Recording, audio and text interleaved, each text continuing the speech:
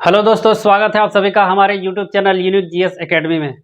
दोस्तों, आज के इस वीडियो में हम लोग संविधान के भाग 14 के बारे में संपूर्ण जानकारी हासिल करेंगे। दोस्तों कि संविधान के भाग 14 में क्या क्या कहा गया है, इसकी क्या क्या विशेषताएं हैं, ये सब के बारे में हम लोग संपूर्ण जानकारी हासिल करेंगे। इससे पहले वाले वीडियो में मैंने दोस्तों भाग 13 तक कंप्लीट करा दिया है। इंडियन पॉलिटी के भाग 13 तक में कि इंडियन पॉलिटी के भाग 13 तक में क्या क्या चर्चा है दोस्तों, किस किस विषय में चर्चा है, ये सब के बारे में। अगर वो सब वीडियो आप लोग नहीं देखें तो दोस्तों जाके आप प्रीवियस ईयर वीडियो देखिए, ताकि एक भारतीय संविधान का एक ढांचा आप लोग को आसानी से समझ में आ जाए कि संविधान का आखिर काम क्या है और इसकी क्या क्या विशेषताएं हैं। आज हम लोग इसके बारे में जानकारी हासिल करेंगे दोस्तों भाग 14 के बारे में। इसकी चर्चा कितने से कितने अनुच्छेद में है दोस्तों, तो इसकी चर्चा है अनुच्छेद 308 से लेकर के 323 तक में। भाग 14 की चर्चा 308 से 314 तक में इसकी चर्चा है। तो आइए दोस्तों हम लोग आसानी से समझते हैं इसमें किस चीज की चर्चा है, किस बारे में इसको कहा गया है दोस्तों। तो संघ एवं राज्य के अधीन सेवा की चर्चा है। संघ मतलब यूनियन, मतलब देश, ठीक है। संघ मतलब क्या होता है दोस्तों, यूनियन। यूनियन मतलब पूरे देश के लिए, और राज्य तो आप लोग जानते हैं उसके अधीन सेवा, ठीक है। मतलब संघ और राज्य के सेवा के लिए हम लोग कैसे सेवा कर सकते हैं, इस सब चीज में भारत देश को और उससे जो भी बने राज्य है वो सब की हम लोग सेवा कैसे कर सकते हैं। मतलब एक्चुअली देखा जाए तो दोस्तों इसमें सरकारी नौकरी की चर्चा है, ठीक है।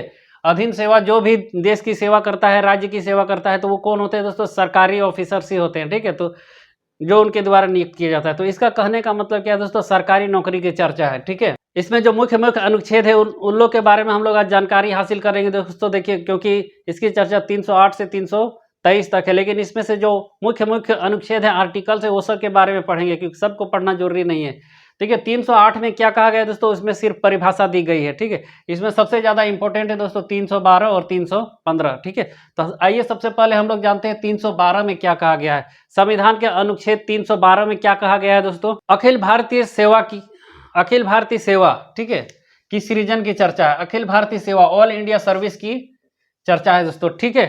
ऑल इंडिया सर्विस क्या है दोस्तों, इसी के तहत जितने भी सरकारी अफसर्स होते हैं दोस्तों उनकी नियुक्ति की जाती है ऑल इंडिया सर्विस के तहत, ठीक है।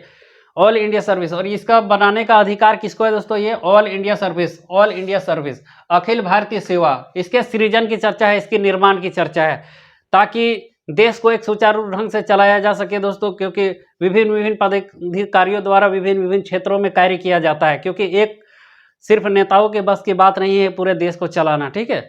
उसके लिए बहुत सारे अधिकारियों की जरूरत होती है दोस्तों, पढ़े लिखे लोगों की जरूरत होती है। इसीलिए इसके लिए क्या बनाया गया दोस्तों, अखिल भारतीय सेवा का निर्माण किया गया, सृजन किया गया, ठीक है। ऑल इंडिया सर्विस, इसका निर्माण करने का अधिकार किसके पास है दोस्तों, ये ऑल इंडिया सर्विस का निर्माण करने का अधिकार किसके पास है, राज्यसभा के पास है, ठीक है। ऑल इंडिया सर्विस का निर्माण करेगा कौन दोस्तों, राज्यसभा के पास, ठीक है। ये अधिकार है उसका निर्माण करने का। लेकिन ये अधिकार दोस्तों इसके पास तो है, लेकिन ये अधिकार देता है कि इसको लोकसभा को भी अधिकार देता है कि आप भी मेरी मदद करिए इस सब की प्रक्रिया को पूरी करने के लिए, ठीक है। तो इसमें मदद कौन करता है, लोकसभा मदद करता है, और दोनों मिल करके, राज्यसभा और लोकसभा दोनों मिल करके अखिल भारतीय सेवा सृजन की निर्माण करते हैं दोस्तों, ठीक है। अखिल भारतीय सेवा, सेवा मतलब क्या दोस्तों, नौकरी है, ठीक है, नौकरी की चर्चा। तो सेवा कितने प्रकार के होते हैं, ये 3 प्रकार की होती है दोस्तों। एक ऑल इंडिया लेवल पे होता है, एक सेंट्रल लेवल पे होता है, और एक राज्य लेवल पे होता है। सेवा कितने प्रकार की, सेवा मतलब क्या चीज, नौकरियां, ठीक है। अखिल भारतीय सेवा मतलब ऑल इंडिया सर्विस, ये सेवा कितने तरह के होते हैं दोस्तों, 3 तरह के होते हैं। एक तो अखिल भारतीय सेवा, ऑल इंडिया सर्विस, और इसके अंदर में दो और सेवाएं आती है, एक केंद्र सेवा और एक राज्य सेवा, ठीक है। केंद्र अखिल भारतीय सेवा मतलब ऑल इंडिया सर्विस हो गया दोस्तों, ऑल इंडिया सर्विस, और इसके अंदर में कितने भाग आते हैं, 2 भाग आते हैं, इसके अंदर में और इसके अंडर में, इसके नीचे 2 चीज और आते हैं, एक केंद्र सेवा और एक राज्य सेवा। ऑल इंडिया सर्विस, ये केंद्र सेवा मतलब क्या चीज हो गई दोस्तों, सेंट्रल सर्विस, ठीक है। और ये राज्य की सेवा मतलब स्टेट सर्विस, ठीक है। तो ये सब की नियुक्तियों का, इस सब के बारे में जानते हैं कि क्या क्या इस सब चीज में कहा गया। देखिए, इसके जो भी ऑफिसर्स नियुक्त किए जाएंगे दोस्तों, ये किसके द्वारा नियुक्ति किए जाएंगे, केंद्र सरकार के द्वारा, ठीक है। और केंद्र सरकार के द्वारा कहाँ नियुक्त किए जाएंगे, तो भारत के किसी भी कोने में इसको कर सकते हैं दोस्तों, आप किसी भी राज्य में कर सकते हैं, ठीक है। सबका काडर आवंटित, जैसे आईएएस आईपीएस जितने भी ऑफिसर्स होते हैं दोस्तों, इस सब की नियुक्ति कौन करते हैं, केंद्र सरकार करते हैं। लेकिन हर एक राज्य में इनको भेज दिया जाता है कि आप सेवा दीजिए, किसी को बिहार, किसी को बंगाल, किसी को दक्षिण भारत, मध्य प्रदेश, राजस्थान, कहीं भी इन लोग को भेज दिया जाता है, ठीक है। तो इन लोग का कहाँ भेजा जाता है, किसी भी राज्य में। तो इन लोग को जो वेतन देंगे वो कौन देंगे, राज्य सरकार देंगे, ठीक है। इनका क्षेत्राधिकार कहाँ कहाँ होता है दोस्तों, मतलब कहाँ कहाँ इसको भेजा जा सकता है। तो अभी हम बताएं कि कहाँ कहाँ भेज सकते हैं, ये सबको पूरे भारत में कहीं भी भेज सकते हैं, ठीक है। और इनको निलंबित कौन कर सकते हैं दोस्तों, केंद्र सरकार में। अगर इन लोगों को हटाना है, टर्मिनेट करना है, मतलब पूरी तरह से हटा देना है इन ऑफिसर्स को, तो अखिल भारतीय सेवा में जो भी जुड़े तो उनको कौन हटा सकते हैं, तो केंद्र सरकार ही हटा सकते हैं। राज्य सरकार हटा सकते हैं क्या, राज्य सरकार हटा नहीं सकते। हाँ, एक जगह से दूसरे जगह ट्रांसफर कर सकते हैं, ठीक है, लेकिन हटा नहीं सकते। हटाने का अधिकार किसको है, केंद्र सरकार को है। आपको समझ में आ गया होगा दोस्तों। देखिए, जितने भी IAS, IPS, IRS, IFS होते हैं ना, आप लोग जानते हैं IAS इंडियन एडमिनिस्ट्रेटिव सर्विस हो गया, IAS लोग, IPS इंडियन रेवेन्यू सर्विस हो गया दोस्तों, IFS इंडियन फॉरेन सर्विस या फिर इंडियन फॉरेस्ट सर्विस से भी एक होता है। IF से आप दो चीज याद रख लीजिए दोस्तों, इंडियन फॉरेस्ट सर्विस और Indian foreign service. Indian revenue service भी एक होता है, IRS, ठीक है। तो ये सब जितने भी अधिकारी होते हैं दोस्तों, ठीक है, ये सब किसमें आते हैं, अखिल भारतीय सेवा। इन लोग को किसी भी राज्य में जाकर के भेज दिया जा सकता है, ठीक है। और एक होता है दोस्तों केंद्रीय सेवा, ये सिर्फ सेंट्रल गवर्नमेंट के अंदर ही होते हैं, ठीक है। इसका नियुक्ति सेंट्रल गवर्नमेंट करता है, ये सबका वेतन भी सेंट्रल गवर्नमेंट देता है। इन लोग का क्षेत्राधिकार भी पूरे भारत में ही होता है, लेकिन और इन लोग को निलंबित भी कौन करते हैं, केंद्र सरकार ही करते हैं। जैसे SSC का हो गया दोस्तों, रेलवे हो गया, बैंकिंग सिस्टम हो गया, पोस्ट ऑफिस हो गया, ठीक है। ये सब जितने भी हैं, ये सब किसके अंडर में आता है, केंद्र सरकार के अंडर में आता है। ये सब पूरे केंद्र सरकार के ही अंदर में आते हैं। SSC जैसे कि जितने भी इनकम टैक्स ऑफिसर हो गए दोस्तों, ED वाला हो गया, इन्फोर्समेंट डायरेक्टर हो गया, मतलब SSC से जितने भी नियुक्ति हो जाती है दोस्तों, वो सब का, ठीक है। रेलवे से जितनी भी नियुक्ति होती है दोस्तों, ये सब केंद्र सरकार के अंदर रहता है। ये सब क्या राज्य में भेजा जाता है, राज्य सरकार का इसमें कुछ इन्फ्लुएंस रहता है क्या, राज्य सरकार इन लोगों को वेतन देती है, नहीं देती है। लेकिन जो अखिल भारतीय सेवा वाला जो IAS, IPS, IRS रहते हैं, इस सब को कौन तनख्वाह कौन देता है दोस्तों, सिर्फ तनख्वाह देती है राज्य सरकार, ठीक है। लेकिन उसके बाद जितने भी प्रक्रिया है, नियुक्ति की प्रक्रिया है, वेतन की है, सिर्फ वेतन की, उसके बाद क्षेत्राधिकार पूरे भारत में है, लेकिन टर्मिनेट करने का अधिकार किसके पास है, केंद्र सरकार के पास है, ठीक है। और ये केंद्र सरकार, केंद्र के अधीन जो सेंट्रल सर्विस होते हैं दोस्तों, इसमें जितने भी SSC, रेलवे, बैंकिंग वाले जितने भी आते हैं, तो ये सब सभी को कौन देता है दोस्तों, वेतन भी देता है कौन, केंद्र सरकार देता है। इस सब का भी क्षेत्राधिकार पूरे भारत में होता है। मान के चलिए कोई एक्साइज इंस्पेक्टर का जॉब लग गया दोस्तों, तो उसके भारत में कहीं भी जाकर के दे सकते हैं। इनकम टैक्स में जो भी जॉब लग गया, तो ऑल इंडिया में कहीं भी जाकर के उसको दे सकते हैं, जहाँ जहाँ इनकम टैक्स का डिपार्टमेंट है, ठीक है। तो जितने भी होते हैं दोस्तों, ये सब किस में आते हैं, केंद्रीय सेवा में। उसके बाद राज्य के सेवा में होता है, ये सब कुछ इसका राज्य के अंडर में ही होता है, ठीक है। इसका क्षेत्राधिकार भी राज्य में ही होता है, और वेतन भी राज्य सरकार ही देते हैं, और निलंबित, टर्मिनेशन निकाल भी सकते हैं इसको कौन, टर्मिनेट भी कौन कर सकते हैं, राज्य सरकार ही करेंगे, ठीक है।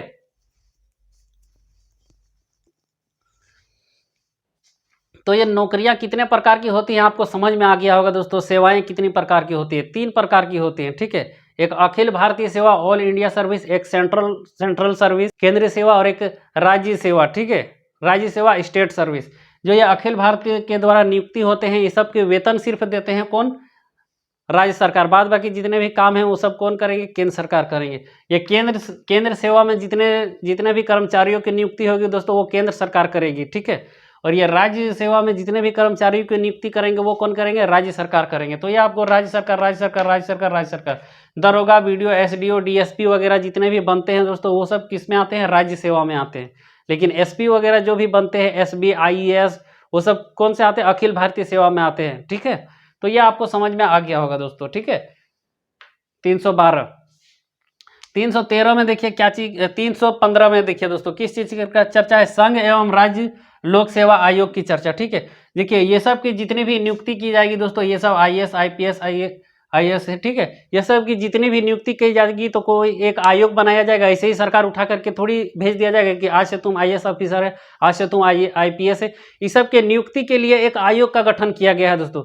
जो केंद्र सरकार के अधीन होते हैं, वो सब की नियुक्ति कैसे की जाती है, और जो राज्य सरकार के अधीन होते हैं, वो सब की नियुक्ति कैसे की जाती है, उसी के लिए एक आयोग बनाया गया, एक कमीशन बनाया गया कि इन सबको नियुक्ति कौन सबको प्रमाण पत्र देगा कि हाँ आप एक IAS अफसर बनने के लायक है, आप एक IPS अफसर बनने के लायक हैं। ये सब के बारे में कौन उस सबको प्रमाण देगा दोस्तों, ठीक है। तो उसके लिए एक गठन किया गया दोस्तों, संघ एवं राज्य लोक सेवा आयोग, ठीक है, union and state public service commission, ठीक है। ये आयोग की सब जो भी दोस्तों एक जो केंद्र के लिए गठित किया गया दोस्तों, उसको क्या बोला गया, UPSC, ठीक है। केंद्र के लिए गठित किया गया उसको यूपीएससी, और जो राज्य के लिए गठित किया गया उसको क्या बोलते हैं दोस्तों, स्टेट पीएससी, ठीक है। जैसे यूपीएससी, जैसे एक राज्य है झारखंड, तो उसके लिए क्या हो जाएगा जेपीएससी, जो बिहार राज्य है उसके लिए क्या हो जाएगा बीपीएससी, पंजाब राज्य है पीपीएससी, ये सब जितने भी होते हैं, यूपी के लिए यूपीपीसीएस जितने भी है, तो ये सब स्टेट के लिए आएंगे, ठीक है। अपना अपना एक स्टेट के लिए भी होगा, और जो केंद्र के लिए पूरी तरह से होंगे उसको क्या कहा जाएगा दोस्तों, यूपीएससी, ठीक है।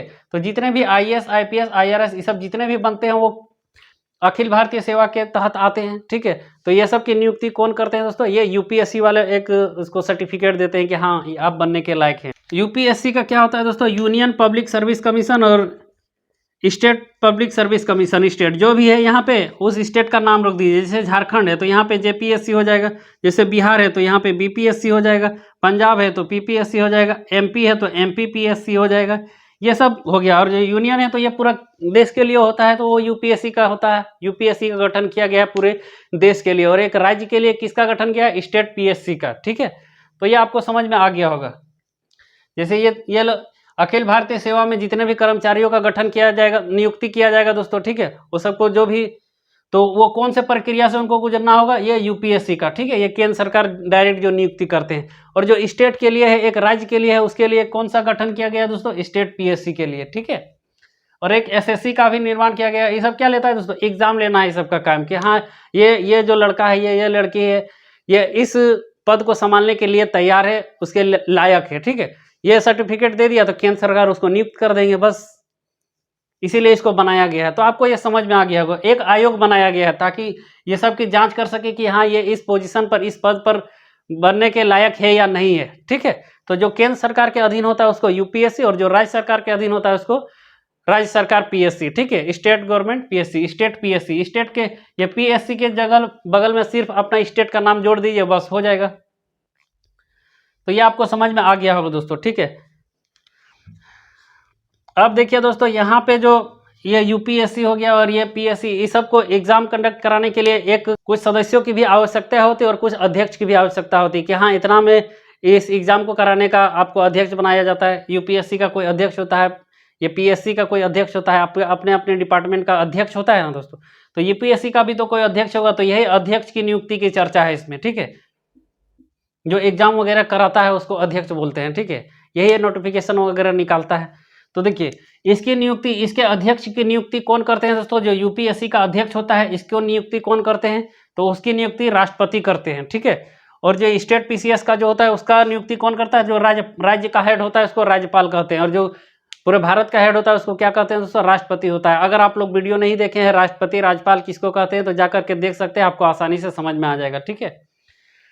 तो देखिए यूपीएससी के जो अध्यक्ष होते हैं उसकी नियुक्ति कौन करता है, राष्ट्रपति करते हैं। जो और स्टेट वाले, स्टेट पीएससी वाले के होते हैं उसकी नियुक्ति कौन करता है, राज्यपाल करते हैं। इसमें सदस्यों की संख्या कितनी होती है दोस्तों, यूपीएससी में 9 से 11 तक में होती है। उसी में से एक हेड होता है उसको अध्यक्ष बोला जाता है। लेकिन जो इसके सदस्यों की संख्या कोई फिक्स नहीं है दोस्तों, है ना।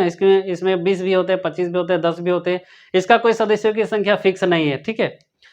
इस अध्यक्ष जो भी बनते हैं यूपीएससी के जो अध्यक्ष बनेंगे दोस्तों, उसका कार्यकाल कितने वर्षों का होता है, 6 वर्षों का 6 साल के लिए होता है, ठीक है। और उसकी आयु 65 वर्ष से अधिक नहीं होनी चाहिए। 65 वर्ष में ये रिटायर हो जाता है दोस्तों, ठीक है। यूपीएससी का जो भी अध्यक्ष बनेगा या जो भी कोई मेंबर बनेगा, जो भी कोई सदस्य बनेगा, वो कितने सालों तक बन सकता है दोस्तों, 65 साल से अधिक नहीं होनी चाहिए। 65 साल में उसका रिटायरमेंट हो जाता है। और ये कार्यकाल इसका कितने वर्षों का होता है, 6 वर्षों का होता है इसका कार्यकाल। 65 से पहले जितने भी बार बन सकता है, लेकिन 65 साल अगर हो गया तो उसको रिटायरमेंट मिल जाएगा। सेवानिवृत्ति बोलते हैं, सेवानिवृत्ति, ठीक है। और ये स्टेट पीएससी का जो अध्यक्ष होता है दोस्तों, इसकी आयु कितनी होनी चाहिए, 62 साल से अधिक नहीं होनी चाहिए। और ये 62 साल से अधिक हो गया तो इसको रिटायरमेंट दे दिया जाता है। देखिए यूपीएससी के अध्यक्ष के अंतिम एज कितनी है रिटायरमेंट की, 65 साल। इससे अधिक उसकी उम्र नहीं होनी चाहिए। इसकी उम्र कितनी होनी चाहिए, 62 साल। 62 साल के बाद ये रिटायर हो जाता है। लेकिन कार्यकाल दोनों का सेम होता है, ये भी 6 साल के लिए आते हैं और ये भी 6 साल के लिए आते हैं, ठीक है। यूपीएससी का जो अध्यक्ष होता है वो भी 6 साल के लिए, और जेपीएससी बीपीएससी जो भी अपना स्टेट का जो भी अध्यक्ष होगा वो कितने सालों के लिए भी आएगा, वो भी 6 वर्षों के लिए आएगा। तो ये आपको समझ में आ गया होगा दोस्तों, ठीक है। अब देखिए इन अध्यक्षों की योग्यता क्या क्या होनी चाहिए। ये भारत का नागरिक होना चाहिए, ये भी भारत का नागरिक होना चाहिए। इसकी आयु 65 वर्ष से कम होनी चाहिए। इसकी आयु कितनी होनी चाहिए, 62 वर्ष से कम होनी चाहिए। अभी मैंने बताया दोस्तों, इसकी आयु कितनी होनी चाहिए, 65 वर्ष से कम होनी चाहिए। और इसकी 62 वर्ष से। अब देखिए ये अध्यक्ष किसको बनाया जाएगा, किसी को भी उठा करके तो बना नहीं दिया जाएगा दोस्तों। जो भी यूपीएससी का अध्यक्ष बनेगा दोस्तों वो कम से कम 10 साल सर्विस कर चुका होना, सर्विस किया हुआ होना चाहिए दोस्तों। और कहाँ पे, सेंट्रल गवर्नमेंट का सर्विस किया होना चाहिए, जो आईएएस आईपीएस होना चाहिए वो, ठीक है, तभी वो बन सकता है। और जो ये स्टेट पीसीएस का अध्यक्ष जो होता है दोस्तों, ये कितने साल इसका एक्सपीरियंस होना चाहिए, तो इसको भी 10 साल नौकरी करने का एक्सपीरियंस होना चाहिए। और कहाँ पे, राज्य सरकार में, ठीक है। तो ये आपको समझ में आ गया, 10 साल एक्सपीरियंस केंद्र सरकार में नौकरी करते हुए होना चाहिए और इसका 10 साल एक्सपीरियंस राज्य सरकार में करते हुए होना चाहिए। तो यहाँ पर आपको समझ में आ गया होगा दोस्तों, ठीक है। अब ये अध्यक्षों का निलंबन कर सकता है दोस्तों, टर्मिनेशन कौन कर सकता है, तो देखिए ये कौन करता है दोस्तों, ये सेंट्रल गवर्नमेंट ही करता है। सेंट्रल गवर्नमेंट कौन है, संसद है, ठीक है। यहाँ पे अभी मैंने बताया ये टर्मिनेशन का पॉइंट है ना, यहाँ पे देखिए टर्मिनेट लिखे है ना, तो कौन कर सकता है, केंद्र सरकार। केंद्र सरकार कहने का मतलब कौन, संसद। और इसको ऐसी तरह नहीं हटा दिया जा सकता कि तुम हट जाओ, इसमें भी दोस्तों महाभियोग जैसी प्रक्रिया लानी होती है। जैसे राष्ट्रपति में कैसे था, महाभियोग जैसी महाभियोग की प्रक्रिया किसमें लाई जाती है, राष्ट्रपति में, ठीक है। महाभियोग शब्द केवल राष्ट्रपति के लिए प्रयोग होता है, लेकिन महाभियोग जैसी प्रक्रिया ये सब के लिए, जो सुप्रीम कोर्ट का जज के लिए भी होता है, और ये सब जो ऑफिसर जो अध्यक्ष नियुक्त किए जाते हैं यूपीएससी बीपीएससी, ये सब के लिए भी महाभियोग जैसी प्रक्रिया लानी होती है। इसमें भी दोस्तों संसद में जो भी 2 सदन है, एक लोकसभा और एक राज्यसभा, तो यहां से 2/3 बहुमत से इसका क्या पारित कराना पड़ेगा दोस्तों, ठीक है, तभी ये क्या करेंगे, हटेंगे। यहाँ भी 2/3 और यहाँ भी 2/3, और यहाँ पे कहाँ पे, और ये जो राज्य सरकार का जो अध्यक्ष होता है दोस्तों, स्टेट पीएससी का जो अध्यक्ष होता है, उसको कहाँ पे, विधानमंडल में, ठीक है। जो राज्य के लिए होता है वो विधानमंडल होता है, और जो देश के लिए होता है दोस्तों उसको क्या कहते हैं, विधानसभा कहते हैं, संसद कहते हैं, ठीक है। संसद, इसकी क्या होनी चाहिए, संसद में, ठीक है, संसद। और इसको क्या कहते हैं, विधानमंडल। संसद में 2 सदन, लोकसभा राज्यसभा, और विधानमंडल में भी 2 सदन होते हैं, विधानसभा और विधान परिषद, ठीक है। इसमें भी 2 सदन होते हैं दोस्तों, विधानसभा और विधान परिषद। इसमें भी 2/3 बहुमत से क्या कराना पड़ेगा दोस्तों, पारित कराना पड़ेगा, ठीक है, तभी उसको हटा सकते हैं, ऐसे ही नहीं हटा सकते हैं। इनके जो अध्यक्ष होते हैं वो सब के बारे में, ठीक है। अब देखिए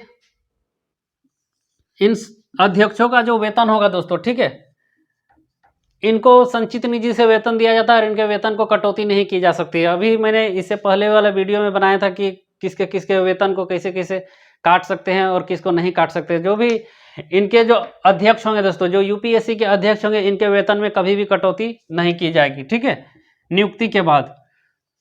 उसके बाद देखिए इनका मुख्य कार्य क्या है दोस्तों, इन अध्यक्षों का, जो यूपीएससी का अध्यक्ष होता है और जो बीपीएससी का अध्यक्ष होता है, इसका काम क्या है दोस्तों, तो विभिन्न प्रतियोगिता परीक्षाओं को कराना है, ठीक है, विभिन्न प्रतियोगिताओं परीक्षाओं को कराना है, ठीक है। इनका मुख्य काम क्या है, विभिन्न प्रकार के कॉम्पिटिटिव एग्जाम को कराना है, ठीक है। प्रतियोगिता बार बार मुंह से बुला नहीं रहा है दोस्तों, इसलिए कॉम्पिटिटिव को ही प्रतियोगिता बोलते हैं, तो आप समझ जाइए उससे, ठीक है। उसके बाद देखिए दोस्तों, जो यूपीएससी का जो अध्यक्ष होता है, ठीक है, वो अपना वार्षिक रिपोर्ट किसके पास पेश करेंगे कि हाँ देखिए मैंने ये इस तरह से इतना तारीख तक एग्जाम क्लियर करा दिया, इतने लोगों का सिलेक्शन हो गया। ये वार्षिक रिपोर्ट किसके पास देते हैं, तो ये देते हैं राष्ट्रपति के पास। और जो राज्य का जो पीसीएस का जो दोस्तों स्टेट पीएससी का जो अध्यक्ष होता है, वो किसको रिपोर्ट देता है, अपना राज्यपाल को देता है, ठीक है। यह आपको समझ में आ गया होगा दोस्तों, इसमें क्या क्या कहा गया है, ठीक है। अखिल भारतीय सेवा सृजन की चर्चा है कौन से आर्टिकल में दोस्तों, 312 में। इसमें नौकरियों की चर्चा है कि कौन से नौकरी को कैसे दिया जाता है। इसको निर्माण करने का अधिकार किसके पास है दोस्तों, राज्यसभा के पास है, ठीक है। लेकिन राज्यसभा अधिकार देती है लोकसभा की, चलिए हम लोग आपस में मिल करके बनाते हैं। तो ये सेवा कितने प्रकार की होती है दोस्तों, अखिल भारतीय सेवा जो कहा गया है, ये सेवा कितनी प्रकार की होती है, 3 प्रकार की होती है। मतलब कहने का मतलब नौकरी 3 प्रकार की होती है, ठीक है। तो ये 3 प्रकार की कौन कौन सी होती हैं आपको समझ में आ गया होगा, और कौन कौन से क्षेत्र में इन लोग का अधिकार है, इनको वेतन कौन देता है, तो आपको समझ में आ गया होगा। आप इसका एक स्क्रीनशॉट ले लीजिए दोस्तों। आई होप दोस्तों आप लोगों ने स्क्रीनशॉट ले लिया होगा और सब कुछ आपको आसानी से समझ में आ भी गया होगा, और नहीं भी आया तो फिर से एक बार देख लीजिए, ताकि दोबारा देखने से किसी भी चीज़ को ज़्यादा समझ में आता है दोस्तों। Thank you.